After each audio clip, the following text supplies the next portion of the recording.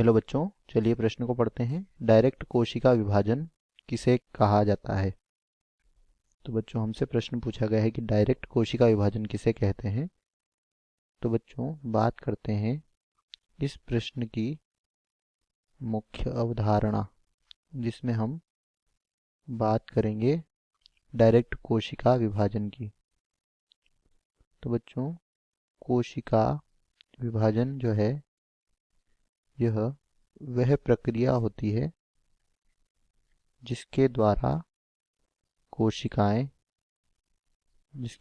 कोशिका जो है यह क्या करती है, अपने ही समान नई कोशिकाओं का निर्माण करती है।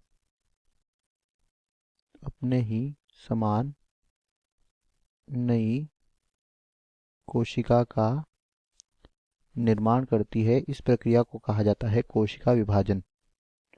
और बच्चों जो असूत्री विभाजन होता है, जिसे एमाइटोसिस भी कहा जाता है, इसे ही डायरेक्ट कोशिका विभाजन कहा जाता है।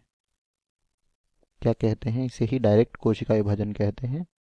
उसे डायरेक्ट कोशिका विभाजन क्यों कहा जाता है? क्योंकि इस प्रकार के कोशिका विभाजन में तर्कु तंतुओं का निर्माण नहीं होता है। तर्कु तंतुओं का निर्माण नहीं होता है।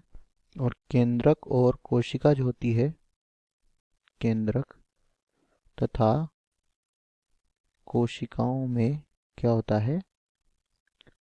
केंद्रक तथा कोशिकाओं में खांच का निर्माण होता है। खांच का निर्माण होता है और यह खांच आगे बढ़कर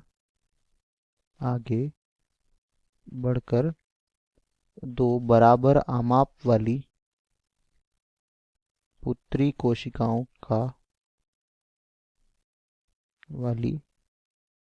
पुत्री कोशिकाओं का क्या करती है? निर्माण करती है।